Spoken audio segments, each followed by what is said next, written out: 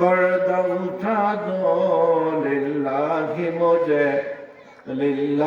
मुझे हुस्न खुदा दाद दिखा दो लिल्लाहि मुझे हुस्न खुदा दाद दिखा दो मैं दूर हो मजबूर हो आए सैयद आलम दीदार दिखा देने मैं आवाज सुना दो रुखसार से बरका का जड़ा पर्दा उठा दो लिल्लाहि मुझे हुस्न खुदा दाद दिखा दो कलमा पढ़े ला इलाहा इल्लल्लाह ला इलाहा इल्लल्लाह ला इलाहा इल्लल्लाह मुहम्मदुर रसूलुल्लाह सल्लल्लाहु अलैहि वसल्लम না বসেন রে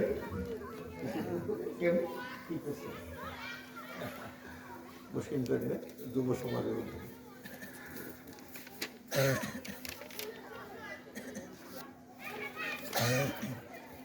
আদিতমারি বসিন্টারি যুব সমাজের উদ্যোগে আজকের এই তাফসীরুল কোরআন মাহফিলের সম্মানিত সভাপতি জনাব মাজেদ মাসুদ সিনিয়র সাংবাদিক ও বিভাগীয় প্রধান ডিবিসি নিউজ রংপুর আজকের মাহফিলের প্রধান বক্তা জনাব হাফেজ মাওলানা হাবিবুল্লাহ বেলালী রংপুর আমাদের মাহফিলে বিশেষ আকর্ষণ আমাদের বুড়িরবাজার জামে মসজিদের সম্মানিত খতিব আলহাজ ARM হাবিবুর রহমান সাহেব দামাত বরকতুহুম উনি ইতিমধ্যে আমাদের মাঝে উপস্থিত হয়েছেন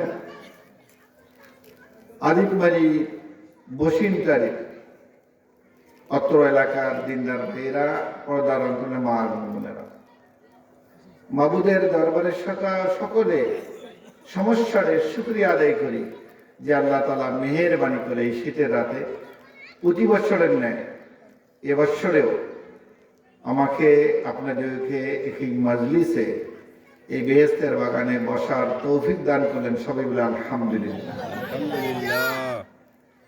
লক্ষ কোটি দরুদ ও সালাম পেশ করছি রাহমাতুল লিল আলামিন সৈয়দুল মুরসালিন মাহবুবে কিবরিয়া জনাব মুহাম্মদ রাসূলুল্লাহ সাল্লাল্লাহু আলাইহি ওয়াসাল্লাম রওজা পাকে সংক্ষিপ্ত দরুদ পড়ুন সাল্লাল্লাহু আলাইহি ওয়াসাল্লাম আমি পবিত্র কোরআন কারীমের 21 পারা সূরা লুকমান নামে একটা সূরা আছে এই সূরা থেকে একটু আমি একটা আয়াত তেলাওয়াত করেছি এর এই আলোকে সংক্ষিপ্ত কথা আমি আলোচনা করে শেষ করব ইনশাআল্লাহ গভীরাত করা ঠিক হবে না মাহফিলের লক্ষ্য উদ্দেশ্য হবে আল্লাহকে রাজি আর খুশি করা বলেন আলহামদুলিল্লাহ আজকে আপনারা যারা এসেছেন আর যারা আসে নাই দুইটার মধ্যে পার্থক্য আছে না নাই খুব আফসোস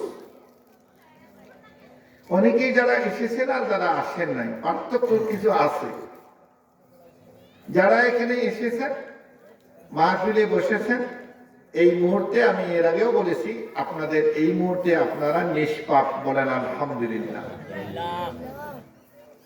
আর যতক্ষণ পর্যন্ত এখানে বসে থাকবেন উলামায়ে কেরামের কথা শুনবেন আল্লাহর কালামের কথা শুনবেন ততক্ষণ পর্যন্ত কোনো গুনাহও লেখা হবে না বলেন আলহামদুলিল্লাহ লাভ হলো না ক্ষতি হলো দুনিয়ার মধ্যে শ্রেষ্ঠ স্থান হলো মসজিদ মসজিদে কেউ যদি যায় বসে আগে যদি যায় তার আগে যাওয়ারও লাভ আছে না নাই প্রথম কাতারে যদি যায় বসে কত বড় লাভ আমার কথা না বিশ্বনবী বলছেন কেউ যদি জানতো আল্লাহর ঘর মসজিদে সবার আগে গিয়ে প্রথম কাতারে বসার যে মর্যাদা এইটা যদি বান্দারা জানতো তাইলে তারা লটারি করতো অথবা মারামারি করতো। কি কম, এখন তো সামনের কাতার কেউ যাইতেছে না, রমজান মাসে আরো বিপদ। কি কম, রমজান মাসে আরো বিপদ, সামনের কাতার থাকতে চায় না কেউ। আমরা তো এগুলো বুঝি, কিন্তু লাভ আছে না নাই? দুনিয়ার কোন অনুষ্ঠানে যদি দেখেন, দুনিয়ার কোন অনুষ্ঠান, তখন দুনিয়ার অনুষ্ঠানে মানুষ সবার আগে গিয়া প্রথম দিকে বসে, ঠিক কিনা? কতক্ষণ সময় ব্যয় করে? ক্রিকেট খেলা আপনাদের আদিবাড়ি জিএস স্কুলে যে ক্রিকেট খেলা হয়, কয় মিনিট? কথা উত্তর দেন না আপনারা, আর বোধহয় কমপক্ষে মিলেন সারাদিন। খেলোয়াড়ও যেমন থাকে, শ্রোতাও তেমন, কোনো হিসেব নিকাশ নাই। ফুটবল খেলা 90 minute, 10 minute break, 40, 80, 10 minute break, 90 minute, 1.5 ঘন্টা। কি কম, শ্রোতা থাকে কি থাকে না, দর্শক থাকে কি থাকে না। আর জুমার নামাজ মানে 1টার থেকে 1.5টা, কয় ঘন্টা? তাতে কারো কারো চোখ ওপরে নেছে, নানান কিছু। আমি বলবি এত দেরি করে নামাজ পড়ে কেন? আছে না নাই? আজকে বক্তব্য এতক্ষণ বেশি হলো কেন? মানে মসজিদে মানে টিকতেই চায় না, কথা মিথ্যা কিন্তু নয়। আর এই দুনিয়ার জায়গায় যাবেন, হাট যাবেন, ঘন্টা ঘন্টা শ্রাদ্ধ করার সময় দিবেন, আছে ঘন্টা ঘন্টা সময় নাই। বাড়িতে ফোন করে কি ব্যাপারে আসেন না কেন? আর একটু 1 কাপ চা খেয়ে 3 ঘন্টা থেকে শ্রাদ্ধ করার, এখনো তো সে সময়টা আইসেনি, আসতেছে। খালি গল্প গুজব চলছে, আমাদের গল্প গুজব চলছে, সামনে সময় আসতেছে বাজার আরো সময় বেশি দেওয়ার। আল্লাহ রসুল বলছেন সবচেয়ে নিকৃষ্ট স্থান বাজার। আমার কথা না, রসুলের কথা। আল্লাহ রসুল বলছেন আহিব্বুল বিলাদে মাসাজিদুহা, পৃথিবীর মধ্যে শ্রেষ্ঠ আল্লাহর কাছে প্রিয় জায়গা হলো মসজিদ। বলেন সুবহানাল্লাহ। ও আবগাদুল বিলাদে আসওয়াকুহা, সবচেয়ে নিকৃষ্ট স্থান হলো বাজার। কথা ভালো করে বলেন। এখন যদি কোনো তাহলে বাজার করা যাবে না, 100% করা যায়। বাজার করা যাইবে, যতক্ষণ প্রয়োজন ততক্ষণ করা যাইবে, বেশি সময় দেওয়া যাবে না। আমার ভাইয়ের, আমি মূল কথায় চলে যাচ্ছি, যে যারা বাড়ির থেকে শুনতেছেন শোনেন, কিন্তু একটা জিনিস বঞ্চিত হবে। এখানে বসলে লাভ কি? কিছু সময়ের জন্য এইখানে বসার সাথে সাথে তার গুণাগুলো ফেরেশতা নিয়ে নেবে। বলেন সুবহানাল্লাহ। কিছু সময়ের জন্য। আর বক্তা শ্রোতা এই মুহূর্তে অগণিত ফেরেশতা, হাফাত হুমুল মালায়েকা, এই জায়গাটায় ফেরেশতা দিয়ে আল্লাহ তাআলা ঘিরে রাখছে। বলে সুবহানাল্লাহ। গাশিয়াত হুমুর রাহমাত, এই মাহফিলটাকে আল্লাহর রহমত দিয়ে ঢাকিয়ে রাখছে। বলেন সুবহানাল্লাহ। আচ্ছা, যারা রাস্তায় আছে, বাড়িতে আছে, এইটা কি তারা আছে?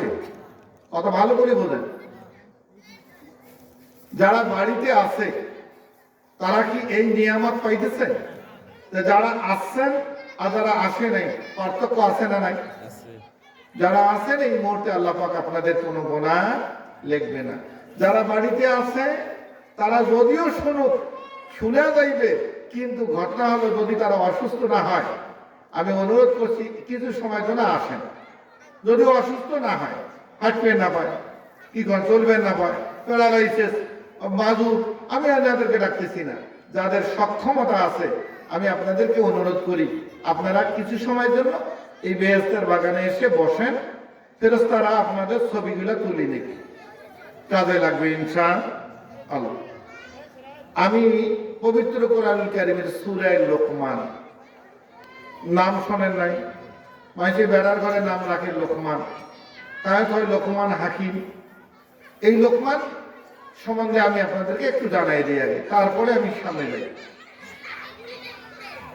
লোকমান আলাইহিস সালাতু সালাম কোন নবী না, ইনি কিন্তু কোন নবী নয়,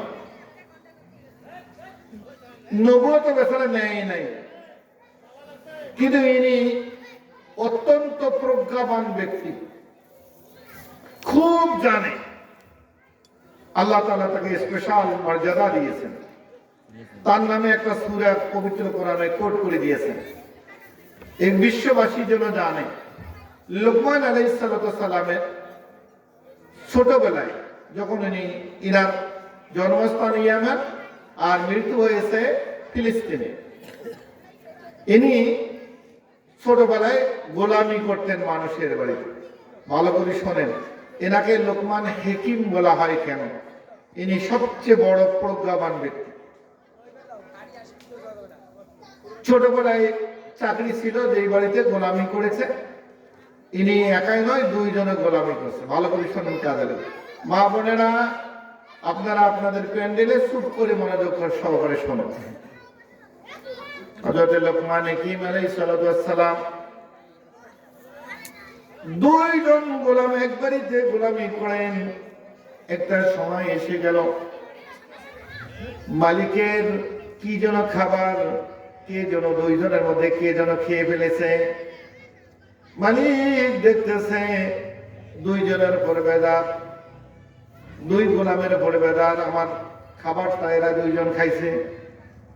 লোকমান আসলাম টের পেয়েছে আমার মালিকের মনটা খারাপের একমাত্র কারণ হলো উনার যে খাবার, এইটা হয়তো বা আমাকে সন্দেহ করছে আমি খাইছি, অথবা ওকে সন্দেহ করছে ও খাইছে। লোকমান আসলাম এবার মালিককে ডাক দিয়ে কয়, মালিক, ও মালিক, আপনার যেই খাবারটা আমরা দুইজনের মধ্যে কে খেয়েছি, আপনি যদি বাইর করতে চান, আমি আপনাকে একটা পরামর্শ দিয়ে দেই। এই পরামর্শ মোতাবেক কাজ করলে আমাদের দুইজনের উপরে আপনার সন্দেহ দূর হয়ে যাবে। যে আসল দোষী সে প্রকাশ হবে, যে নির্দোষ সে আপনার দোষারোপণে পড়বে না। লোকমান আসসালাম বলেন, একটা কাজ করেন, আপনি এক্ষুনি গরম পানি আমাদের দুইজনকে খাওয়ান। ভালো করে শোনেন বাসিন্দারের মানুষ, আমাদের দুইজনকে গরম পানি খাইয়ে দেন। গরম পানি খাইলে পড়ে আমরা দুইজনের বমি আসবে, বমি করার সাথে সাথে আপনার যা জিনিস চান সেইটা ওখানে বেরিয়ে আসবে। বলেন সুবহানাল্লাহ। মালিক বলো কি? বলে হ্যাঁ। তাই করা হলো, পানি খাওয়াই দিল, গরম পানি, বসি করে গরম পানি